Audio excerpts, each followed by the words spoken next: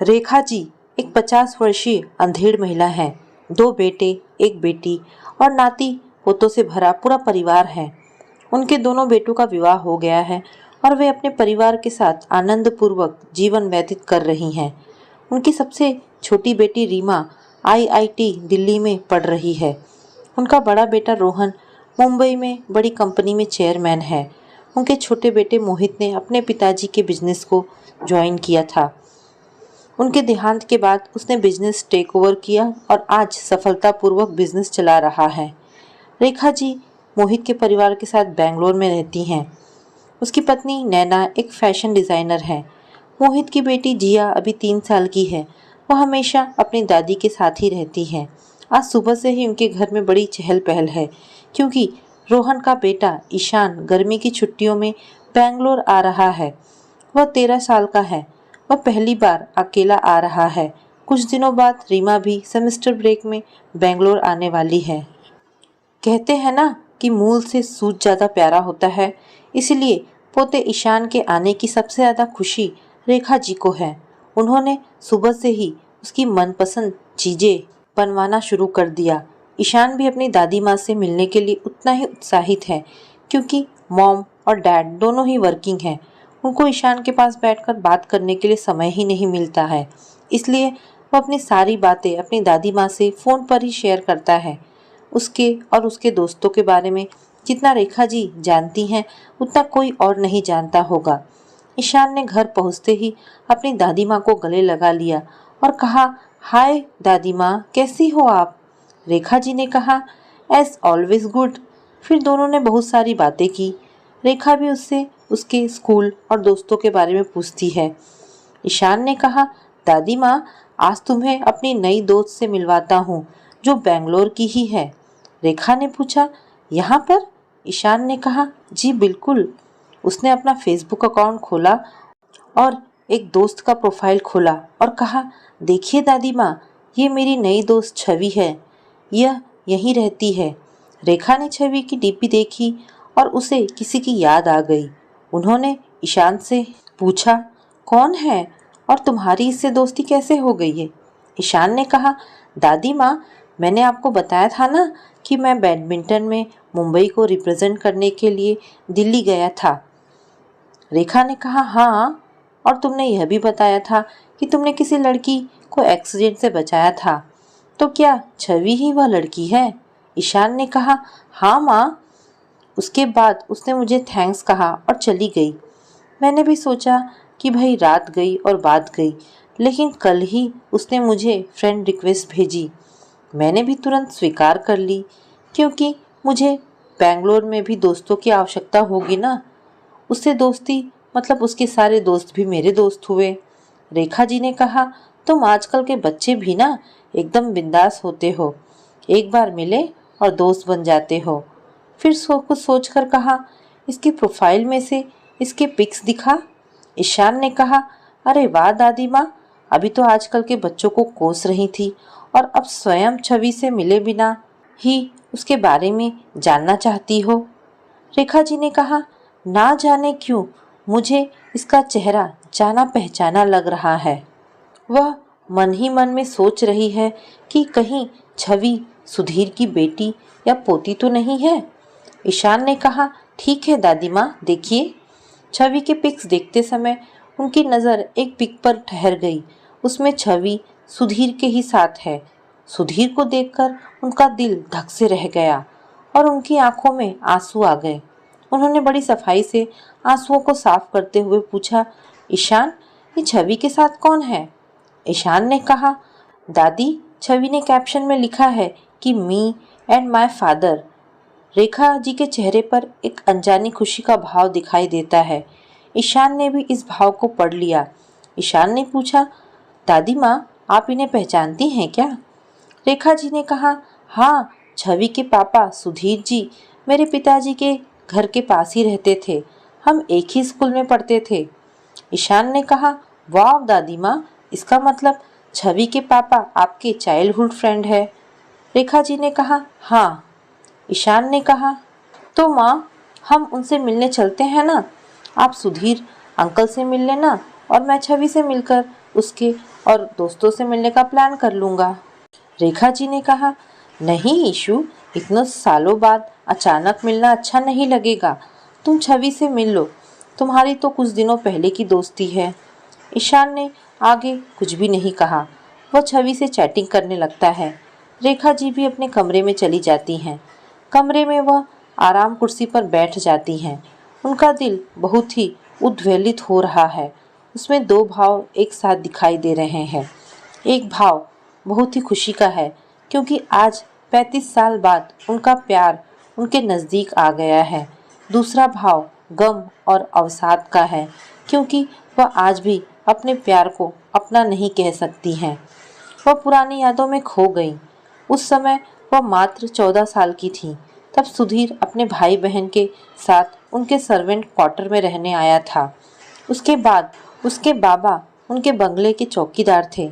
सुधीर और उसके भाई बहन गांव में अपनी माँ के साथ रहते थे।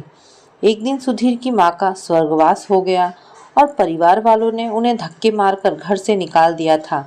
तब उसके बाबा ने रेखा के दादाजी से अपने बच्चों के लिए सिर छिपाने के लिए जगह मांगी।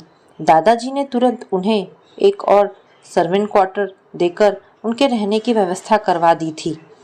सुधीर के बाबा दादाजी के एहसानमंद हो गए। उस समय पिताजी सरकारी अस्पताल में बड़े और नामी सर्जन थे और रेखा को भी बहुत पढ़ाना चाहते थे, लेकिन वह उसे अकेले स्कूल नहीं भेज सकते थे क्योंकि उनके काका जी खानदानी दुश्मनी के कारण उसका अपहरण करने की कई कोशिश कर चुके थे। ऐसे में सुधीर एक फरिश्ते की तरह रेखा की जिंदगी में दाखिल हुआ। दादाजी ने सुधीर को रेखा का बॉडीगार्ड बना दिया, लेकिन स्कूल में उसे अकेले ही जाना पड़ेगा। ये सोचकर दादाजी ने सुधीर का दाखिला रेखा की ही कक्षा में करवा दिया था। सुधीर रेखा से एक कक्षा आगे था, लेकिन उसके बाबा ने उसे दादाजी के सामने कुछ भी नहीं बोलने दिया। रेखा और सुधीर एक ही कक्षा में पढ़ने लगे थे। सुधीर का काम रेखा का ध्यान रखना होता था। उसने अपना कर्तव्य पूरी ईमानदारी से निभाया, लेकिन ना जाने कब वह बॉडीगार्ड से रेखा के दिल की धड़कन बन गया। धीरे धीरे एक साल गुजर गया। सुधीर और रेखा एक दूसरे से प्रेम करने लगे। वे दोनों एक जिस्म एक जान हो गए। अचानक एक दिन दादाजी को रेखा की सगाई अपने दोस्त के पोते राजीव से करने की घोषणा कर दी, क्योंकि राजीव के बाबूजी ने ही रेखा की पढ़ाई पूरी कराने के लिए जिम्मेदारी ली थी।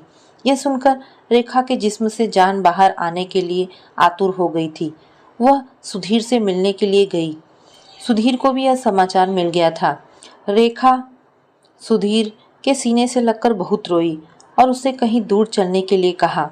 सुधीर ने इनकार कर दिया क्योंकि ऐसा करने से रेखा के परिवार की बहुत बदनामी होगी। वह कभी नहीं चाहता था कि उसके आश्रयदाता का सिर उसके कारण शर्म से झुक जाए। सुधीर ने रेखा को अपने सिर की कसम देकर हमेशा के लिए अपने से दूर कर दिया। रेखा सुधीर की कसम से बंधी राजीव से विवाह करके बेंगलोर आ गई। ऐसा कहते हैं कि प्यार जिंदगी में एक ही बार होता है, लेकिन रेखा को अपने पति राजीव से दोबारा प्यार हुआ। उसके प्यार ने सुधीर के खोने का गम बहुत हद तक समाप्त कर दिया था।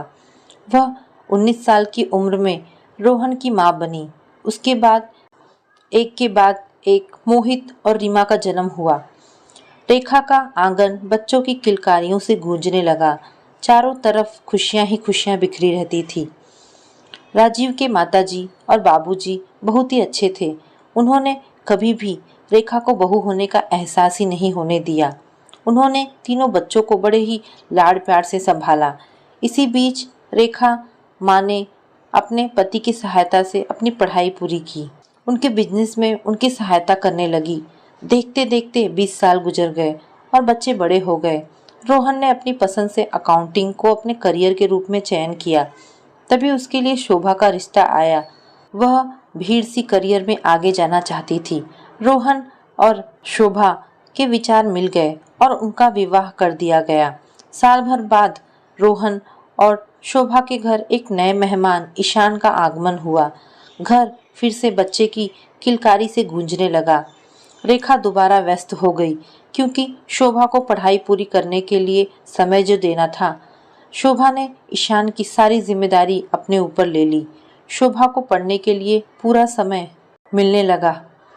जब तक रोहन की जॉब मुंबई में लग गई और शोभा ने भी सीए कंप्लीट कर लिया था, दोनों ईशान के साथ मुंबई शिफ्ट हो गए। रेखा की खुशियों को जैसे किसी की नज़र लग गई। ईशान के मुंबई शिफ्ट होने के कुछ दिनों बाद ही एक कार एक्सीडेंट में उसने अपने पति, राजीव जी, माताजी और बाबूजी को हमेशा के लिए खो दिया। अचानक से घर के बड़ों का साया हटने से परिवार की नींव चरमरा गई, लेकिन रेखा हिम्मत से डटी रही थी। उस समय मोहित 20 साल का था। अपने पिताजी से बिजनेस के गुण सीख रहा था क्योंकि उसे पढ़ने में इंटरेस्ट नहीं था। पिता के देहांत के बाद पूरे बिजनेस की जिम्मेदारी उसके नाजुक कंधे पर आ गई थी। रेखा की सहायता से उसने बिजनेस अच्छे से संभाल लिया। तब रेखा ने मोहित का विवाह उसकी पसंद की लड़की नैना से करवा दिया। तब तक रीमा आईआईटी में सिलेक्ट हो गई थी और उसे दिल्ली कॉलेज मिला था। वह वहाँ हॉस्टल में शिफ्ट हो गई, वीरान हो गई। मोहित और नैना अपने अपने काम पर चले जाते थे और रेखा दिन भर घर में अकेली होती थी। जिंदगी की यह सांझ उन्हें बोझ की तरह लगती थी। इस उम्र में जब वह अपने सारे कर्तव्य बहुत अच्छे से निभा चुकी हैं, उन्हें एक हम उम्र साथी की आवश्यकता थी जिससे वह अपनी सारी बातें शेयर कर सके। वह अकेलेपन की आंच में तिल तिल कर जल रही थी। कोई कंधा उनके पास नहीं था जिस पर सिर रखकर वह दुनिया के गम भूल जाए। कहने के लिए मोहित और नैना उसके साथ थे, लेकिन उनके पास रेखा के लिए बिल्कुल समय नहीं था। जब घर में होते तब भी अपने कमरे से बाहर ही नहीं निकलते थे। अकेले में उन्हें कभी राजीव की तो कभी सुधीर की यादें परेशान करती थी। कुछ समय बाद जब जिया का जन्म हुआ तो रेखा को लगा कि उनका पुनः जन्म हुआ है। वह फिर से जिया के साथ अपना बचपन जीने लगी थी। अब जिंदगी बोझ नहीं लगती थी, लेकिन उन्हें यह एहसास भी सताता था कि जब जिया बड़ी हो जाएगी तो वह भी स्कूल जाने लगेगी, तब वह एक बार फिर से अकेली हो जाएंगी। तभी बाहर से ईशान की आवाज़ आई कि दादी माँ, आप ठीक तो हो ना? उस आवाज़ से रेखा को वापस वर्तमान में लाकर खड़ा कर दिया। उन्होंने जवाब दिया, हाँ मैं ठीक हूँ। उन्होंने अपना चेहरा धोया क्योंकि उस पर पुरानी यादों के अश्क अपने निशान छोड़ गए थे। फिर वह कमरे से बाहर आई तो देखा कि शाम के 7 बज गए हैं। उनकी संध्या पूजा का समय हो गया है। वह पूजा करके पूजा कक्ष से बाहर निकली। तब तक मोहित और नैना भी आ गए। मोहित ने पूछा, माँ आप ठीक तो है ना?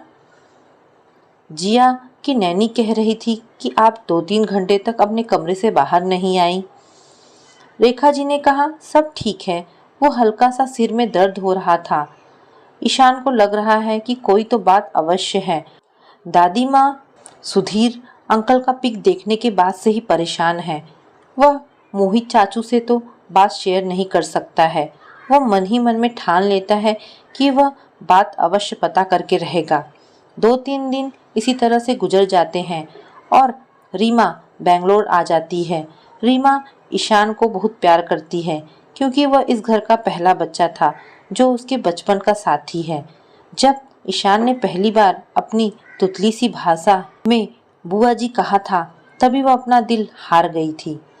वह अपने पिताजी के अलावा सिर्फ ईशान से सबसे करीब है। वह अपना हर राज ईशान से शेयर करती है और ईशान भी अपने दिल की बात रीमा को आसानी से बता सकता है। उसे यह सोचना नहीं पड़ता कि बात सही है या गलत। ईशान ने सुधीर अंकल के बारे में रीमा को बताया और रीमा को भी लगा कि सुधीर अंकल से जुड़ी कोई बात तो माँ को परेशान कर रही है। दोनों ने मिलकर उस बात का पता लगाने का निर्णय लिया। इसके लिए दोनों छवि से मिलने उसके घर जाते हैं। वह तीनों गार्डन में बैठकर बात कर रहे होते हैं कि रीमा की नज़र उस रिक्शा पर पड़ती है जो अभी हॉल गेट पर आकर रुकी। रिक्शा से जो उतरा उसे देखकर रीमा आश्चर्यचकित होकर बोली, ये यहाँ पर? छवि ने कहा, ये 3 दिन पहले भी आई थी।